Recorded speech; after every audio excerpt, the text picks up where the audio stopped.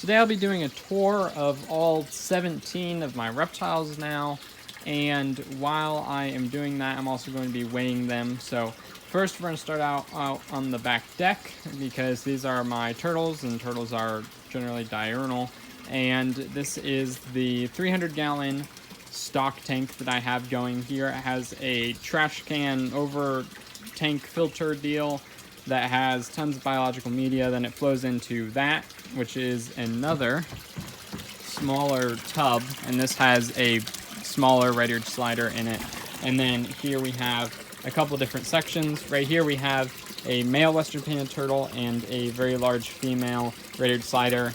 In this section we have a yellow belly slider, and I don't think I've really shown her before. I can't really remember. I don't know if she was in the last wing video, but her name is Susan. And then here we have Norman, who's a very old, like 20-plus-year-old red-eared slider.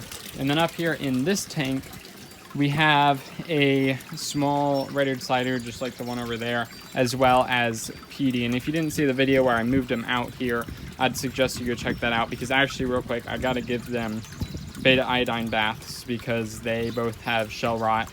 I'm not exactly sure what caused the red-eared slider to get it, because like I said, the other one, they're the same size, they came together. I don't know what's up with that, but I've rescued all my turtles, if you didn't know. Petey had shell rot when I got him, and then this other one wasn't housed in like the best condition, the red-eared slider, but like I said, the other one didn't get it, this one did. I'm just treating him now while it's early for him, and then Petey's shell's like really bad.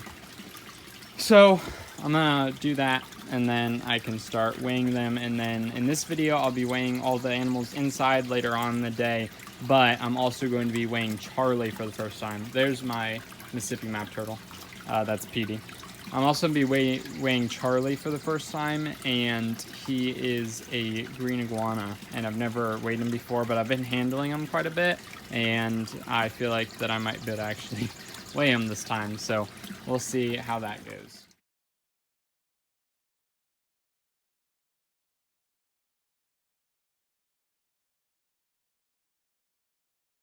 So since I already have these guys out, I'm going to be weighing them right away. So this is Marcus, the red-eared slider, and here you can see he seems to, I believe he's healing up already. So right there and right here he has shell rot, and I figured if I caught it early then it would be all right, but otherwise than that, he's a pretty healthy turtle.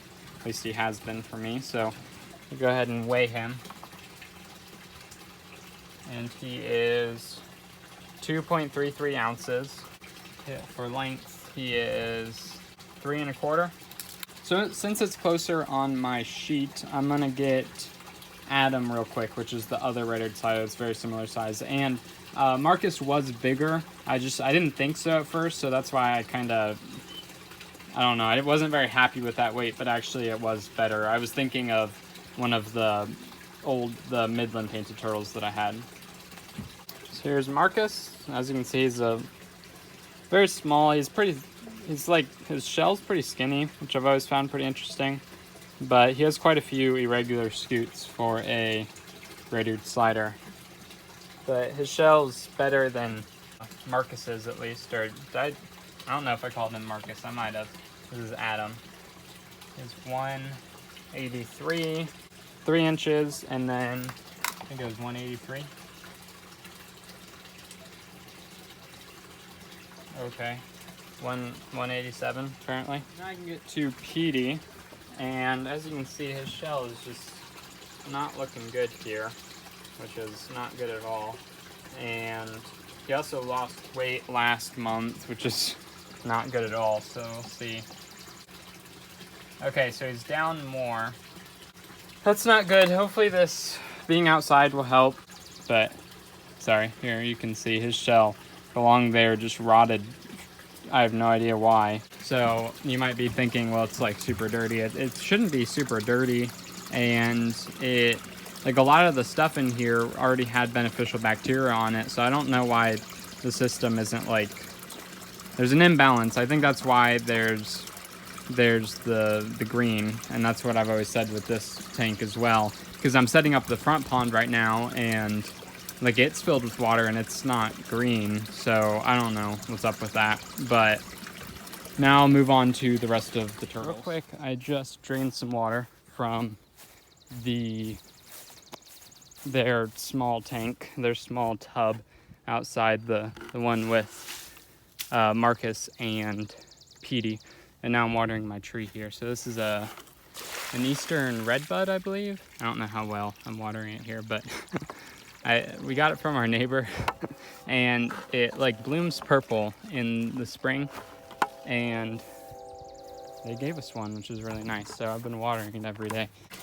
Okay, so here we have Lewis, because he's up next on the list, or we're kind of going backwards, but I'm starting back up from the top. So I've had him for the longest out of any of my turtles. He is a male western pane turtle. Absolutely beautiful turtle. I need to go get the container to weigh him in, because he's always crazy, as you can see. He wouldn't sit long enough on the thing. So I have this, put him in. He's always been kind of nuts. I used to wrap him in a towel, but I realized I could use this container here, and that would work pretty well. Okay, 9.88. I don't think that's very good for him, which is disappointing. Like 5/7/16. Unfortunately, that wasn't a very good weight for Lewis, but I'm sure he'll get back up there. I don't know what that's about. But here we have Norman, and he is the 20-plus-year-old red-eared slider, and he's also very feisty. So I think he was biting the towel there, and I wouldn't be surprised if he was a lot bigger, but I don't know. I mean, not like size-wise, but just weight-wise. So 28, 43. I'd say right at 7.5. So that was right around normal for Norman, which is good. And then this is Pee-wee. That is 38.59. And then 7 5/8. So that is actually massive for Pee-wee after I checked. Like, she's normally around 35 something. Last month she was 37 something, so she's getting big. Go to a different part of the house, and over here is Beatrice. So we're gonna weigh Beatrice real quick outside. I figured I'd let her walk around outside for a little while. Beatrice has been doing really well. I need to feed her. I've actually been waiting to feed all the diurnal species till once I'm done weighing them, so I'll feed the turtles once I'm done with Susan. But this is the part of the house that she is in. I have a nice palm going there. So here I gotta get her out, and I'll try to, I don't like moving her light because I don't have anywhere to put it, so I kind of have to squeeze in here. But this is the enclosure I built from just scrap material around our garage, so that's pretty neat. Here, bring it here, and I addressed that her leg was kind of weird, like her nub leg, and it is, but that's just it. It's just a nub. I don't know why, but it is, and it doesn't seem to have any problem. It's just completely smooth. It's kind of like a finger, actually. So it's very strange. I don't know what that is, but it's not like it's worsening or anything. I don't think there's anything wrong with it. Just chill out for a second. It's all right. Just sit there. Okay. I'm not exactly sure how that is, but I'm thinking that's not a great weight. For some reason I was thinking that she was 13 ounces, but she never was. She's actually the biggest she's been since I got her, so that's really good because she dropped quite a lot of weight. She just pooped right there. She dropped, that's kind of her defense mechanism. She tends to pee on us when we pick her up, but I don't mess with her very often. She dropped a lot of weight, like an ounce or more, right when I got her. And then she was in the iguana's cage for a while, and now she's in her enclosure and she's just thriving. Like, she has a routine going and she's doing very well. At some point I'd like to move her outside, but for now I just don't want to mess that up because she's gaining weight and she's doing well and she's being a good little tortoise and she's adorable, as you can see. So I'm gonna get that poop out and then I'm gonna put a little bit of water in here so she can soak while I'm finishing up. Here is Susan, and to be perfectly honest, I didn't originally have any interest in keeping Susan, but I don't know, she's cool. She's a yellow slider, and as you can see here, and I'd like to do more videos on yellow sliders because they're pretty cool. And I don't know, I think that she would be able to go in with Black Lip and Rebecca. They'll be moving into a 125 gallon pretty soon, and I believe she will be able to as well. This is pretty good. So she is 36.83, and before she was like 34 something. So she's eating, I think, 8 3/8. So here we are inside. We have the two Wichita map turtles here. We have Black Lip and Rebecca, and I'll be weighing them now. They're in this 75 gallon, and then I'm in the process of setting up this 125 gallon for, as I had said, Black Lip and Rebecca, and then probably Susan as well. We have this is the, as I said, this is a bit of a tour. We're gonna have the new crested gecko thing there, and then we have the awesome, huge iguana cage, which there is Charles down there. He's making a mess of it. Then we move over to Beth's enclosure. This is Beth, the leopard gecko. She is hiding down there, and this is her 40-gallon breeder. Then we have just some temporary stuff. For now, I have some guppies and some koi catfish and a 10-gallon down there. And then we have a pair of crested geckos in this tank. So we have Darwin and Leonard in there, and they seem to be getting along just fine. Darwin's a female. And then we have Teddy, who's a female, right there. And we have Linus in the 10-gallon there. At some point, Richard's going to be going in here. Richard's my bearded dragon, and he's out in the living room, and I'll weigh him after Charlie, and then I'll weigh all the geckos later tonight. And then we have the display 125-gallon awesome community aquarium where Lewis and Pee-wee will eventually be going. Now that you have a tour, let's go on to weighing and some updates on the animals. Here we have Black Lip, and then I will get out, might as well get out Rebecca as well. So Rebecca is the much bigger one, and then you have Black Lip, who's the taller one of the two. And these guys are crazy, as you can see. There goes Rebecca. They are kind of nuts, so they like to run around quite a bit. And this one here, Black Lip, likes to get out. So I've come home a couple of times and she'll be like out on the floor. I'm not exactly sure how she gets out. I'm assuming she just like lifts herself out. But also the other night I woke up and I looked down on the floor beside my bed, and there's Black Lip just crawling around. Then 1986, right at 7 inches. So for some reason she lost quite a bit of weight. So Black Lip lost quite a bit of, like an ounce or two even. So I don't know what that's about, but we'll see. I think Rebecca lost a bit of weight last month, so we'll see if she's made it back up yet. That's 25.43, 7 and 5/16. Now that we're done with them, we can move on to Charlie, and this should be a little bit more exciting for you guys. I personally am kind of stressed about this because Charlie isn't the easiest to work with. So I have a tub down there. I think that's going to be the best way to go with him. And let's get him out of his tank. This should be pretty entertaining, I think. So I got to grab, I have, yes, a pair of gloves because he's quite a sharp one. His claws are pretty sharp. So I always have a pair of gloves because sometimes I forget to lock his cage, and that's a pretty sure way to get him out of his cage. His claws are very sharp, so he'd make my hands bleed pretty easily if I didn't have gloves on, so that's why I do. And I think he kind of knows when I have gloves on that he's going to get held, so that's kind of a alright thing, I don't really know. So, come here, hey, there you go. So, I mean, it wasn't difficult. It wasn't actually bad at all. And we'll see. He's actually really calm right now. Eh?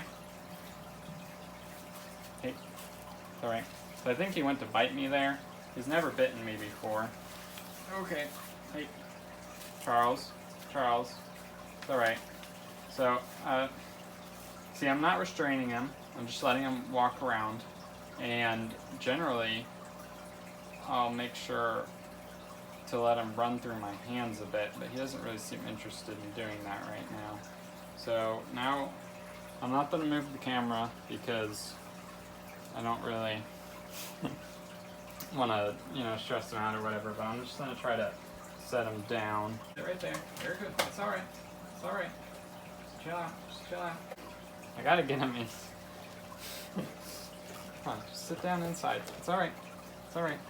His tail's not on the thing, so I need to get him down in. It's alright. You're good. That's 25.57. Which really isn't that big. That's about the size of Rebecca. And I would try to measure his length, but I really don't want to put my hands that close to his head, I don't think. So that's pretty cool. It's nice that I can get him out this easily now. And as you can see, he's been digging because he's all muddy. Aren't you, Charles? Yeah. You see. I obviously need to work with him a lot more. He likes to whip, but luckily his whip doesn't really hurt right now, so let's be happy about that. And if I put his tail like that, I don't have to worry about it as much. So I'm gonna just let him go back. So that's pretty strange. After some research, like, Charlie is tiny. So I imagine Charlie's age is about 3 years old, because Charlie was decent size when we got Charlie, and like not decent size, but like bigger than like a baby. Like it was like a decent sized baby at that point. And then we've had it for about 2.5 years now, and it should be a lot bigger than like 1.5 pounds, because I believe that's what 25 ounces is. So looking into it, I think the only way to really explain that is that Charlie is a she, because I like to take pride in how I take care of my green iguana. I give it like crazy varied diet. Like every single week it's something different, and it's mixed up every week. It's just, I don't feed the same thing very often at all. And obviously you can see this huge enclosure. It has UVB, the proper amount of UVB. It has, its water area, it's bioactive. It's a good enclosure, I think. I'm taking care of it well. So I can't imagine, I feed it a lot, so I can't imagine that it would be like underfed or anything like that. So it's either somewhat stunted, which I would believe, because when we first got Charlie, it dropped its tail, or I don't know, I guess I was saying she now. She dropped her tail, and actually twice, because she dropped her tail the day we got her, the day that, well, it was at the pet store that, yeah, and then later on she dropped her tail again. And then we also dealt with mites for a while at the when we first got her as well. So a bunch of crap going on there. But I'd imagine that would stunt her growth a little bit, because, she had to grow back her tail, and that took a while. So I'd imagine I just have a female iguana, I guess, because there's just no way. Like, male iguanas get like 20 pounds, but like after reading, females can get like 3 to 7 pounds, like can be that small. So I'm assuming that's what the deal I have going here, because there's no way, like with the environment, even with it being, if it was a little bit stunted from its earlier, years or whatever. So I don't know, I guess we'll see in a couple of years. Okay, so I actually know the proper gender of Charlie, and I'll be doing a video about that in the future, so subscribe if you want to see that. For some reason, I hadn't realized it at the point of making the last clip, even though Charlie had been digging a ton and not eating very much, pretty much refusing food completely for about a week or so. So you might be able to guess it from that. But now let's go back in time and weigh Richard. Okay, so here is Richard, and I should mention real quick, I mentioned that I got Charlie from a pet store, and I've told her story before, but just wanted to mention I really don't recommend buying animals from pet stores. There's so many that need rescued, and I'm not just like being hypocritical here. I rescued all my other animals, but Charlie was the first, and I was impatient and I didn't really understand how all this works until I wasn't really in the hobby then. And I bought Charlie, and a lot of Charlie's problems is because she's from a pet store. So like I said, she lost her tail, a bunch of stuff. If I would have just waited to get one on Craigslist or something like that, then that whole thing would have went a whole lot better, I'm sure. So basically I regret doing that, and I 100% don't recommend it. But anyway, here is Richard, and he is a bearded dragon, and he is adopted. He's from the Wyandotte County Humane Society, who I volunteered there for a while. And the first time I volunteered there was a really nice bearded dragon that needed a home, and now I have Richard. So Richard's been doing pretty well. I actually need to go get him some greens. He hasn't been eating greens as well for some reason, but I put greens in here yesterday and he ate them. So I think I need to do that again. But he has been eating insects really well. He goes crazy for those, so that's good. And we'll see how its weight is. I can't imagine it's very good. And then I put in some soil in here and some sticks and stuff, and he loves sitting right here. I don't know what it is about it. Like, he just stays here like 24/7. But I'll put him down at the bottom, and like a little while later I'll come back and he's just right up here. I don't know what that's about. I'd imagine he'd want to just bask, but for some reason he just loves being on this part of the stick. But here, I'm gonna get him out. As you can see, a lot easier to deal with than Charlie is.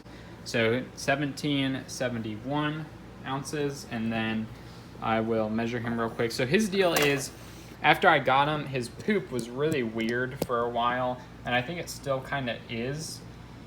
And he pooped really, really often. He doesn't anymore, but his poop's still kind of weird, and I'm thinking that he has some form of internal parasites. As you can see, he's gaining a ton of weight, though. So I'm starting to think that I might have, cured him somehow. I did try fenbendazole. He's gonna eat.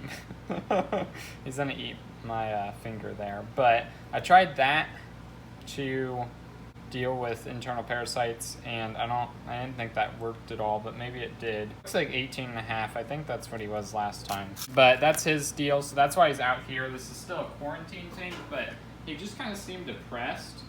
So I put soil in the bottom of his enclosure, and as you can see, he's been digging and stuff. So I think that's good enrichment for him. So he's doing pretty good, I think, and I think that's pretty cool. So eventually, like I said, he'll be going in that space in my room. I have a space for him in my room, and I just need to take him to the vet now. I've been saying that for months, but with stuff going on in the world and stuff, I need to figure it out. But like I said, he hasn't been eating greens, but he did eat yesterday actually, so I'm gonna go get him some greens real quick.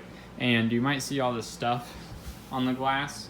It's from a slurry that I made. So I mixed some different, the Missouri tortoise diet and a bunch of greens and water and stuff, and I just squirted that into his mouth. For some reason he is really prone to eating out of syringes, so I mean, without the needle or whatever.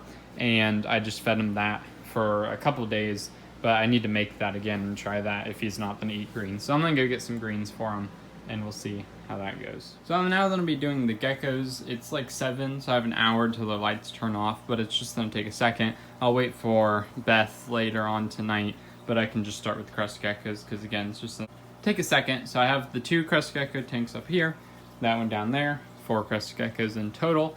Right now, I don't really like showing their tanks because it has all this this water stuff on the front, the leftover water stains, and that really bugs me. Also, these enclosures don't have proper drainage layers, so they kind of suck, and the soil is always moist. So like the plants are doing well, as you can see. Like there's tons, like they're filled with plants and everything, but they're just not great to take care of and own crested geckos in. But they're functional, they work. They're just not appealing to me, so that's why I don't really show them very often. But also, I'm going to be building a new enclosure and fix all these problems.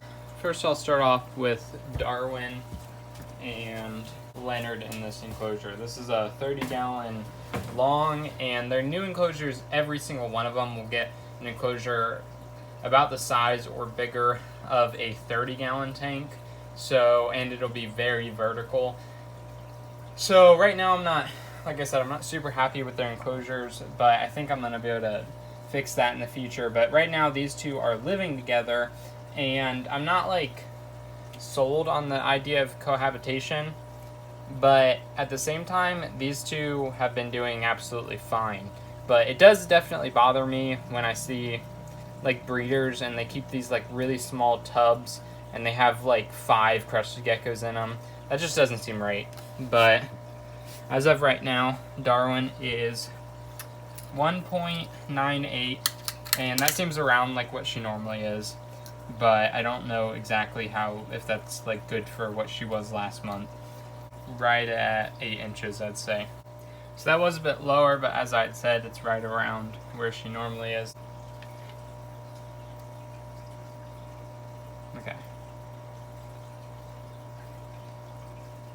Okay, 131. Yeah, maybe 8 1/8. So then 131 and 8 1/8. So that is right where he was last month. And here's Linus. It's hard to get him to eat, to be honest. So it's 99. It's about 7.5. Okay, so that was also right where he was last month. She, this Teddy, is 138. 6 3/8 inches. Okay, so I kind of coaxed Beth out. There we go. 3.07. Okay. Now kind of just have to let her walk around for a little while until I can get some type of measurement. So here you can see her enclosure. The hide isn't movable. It's built in. So that's why I have to like coax her out. I've been thinking I need to start getting enclosures how I want them, right? So I guess every time you build an enclosure, it's kind of a test, and that's why you see like Sepra. I always say that wrong, and I always feel bad. Sepra design, I believe. I think I always forget where the R is. It before the P or after the P? I don't know. Anyway, he's always redoing his enclosures because he's always like, I now know how to do it better. And I can understand that. It's just that generally when I want to redo something, I'm like, gotta go big and like crazy, and I don't have time to do that because generally I'm always getting a new animal that I now have to deal with. But that needs to stop, and I need to start focusing on redoing enclosures I already have. So as you can see, I have the 125-gallon set up, and this isn't its final way, but it's certainly the way that I like it, and there's really nothing I want to change about it right now. I think it's awesome. So I really need to focus in on that with my reptile enclosures. And there goes Beth. In Beth's enclosure, I can't get to her. Obviously, that's a problem, but that's not my main concern with this. Really, right now, I don't like how the plants really want to grow out. Like, they want to just keep going. And this is really restricting them. And Beth doesn't crawl around a whole lot. So I'm thinking, like, just throwing some ideas out here right now. It'd be really cool if I could get some type of plexiglass deal going around the top of this, just like around, like on the sides. So then this can be open top, because if that happens, Beth can't get out. There's nothing's gonna get out, like nothing's gonna get into this, and then the plants can just grow out, and other plants outside can kind of grow in at the same time. As you can see, I'm letting this hang down and those hang down. That's one thing I'm kind of spitballing here. Another thing is, like I said, drainage layers. This soil is like super thin, so that's definitely something I'm gonna do. But I'm even thinking of like taking a while and really figuring out like a good drainage layer about the size of this, and then putting in hides that are properly removable, So hides that look natural and are made of stone, but I can remove them if I want them, which is going to be hard to do, but I think I could do it. I just need to take some practice and like work at it and stuff to make things fit together. I gotta go get Beth. Come here. And she definitely does need more substrate because you can see the bottom of these plants, and I think the plants need more substrate, and I think the whole enclosure would look really a lot better. But right now I really like it as well. I think it's pretty cool. And kind of the same idea with the iguana's enclosure right now. It's basically like perfecting that drainage layer. I feel like is something that I really need to work on my terrariums, which might sound like really easy, but it's hard with Charlie because she likes to dig a ton, so she's gonna break through the drainage layer, and I didn't build her drainage layer. I built it, and like it's a good system. I just need to work on it more. I need to build more off of what I tried with her enclosure, and then I need to do a similar thing, I think, with the other enclosures as well as add other things. So okay, so I hope you guys enjoyed. Someday I'll get out like a really proper tour of everything, and I'll make sure everything looks really nice and everything. This kind of like a quick and dirty tour and weighing video. So if you stayed this long, like, congrats, man. That's pretty crazy. So hope that you guys enjoyed. If you did, like it down below. If you have any comments, concerns, comments below. And if you want more content, then subscribe. Have a fantastic day.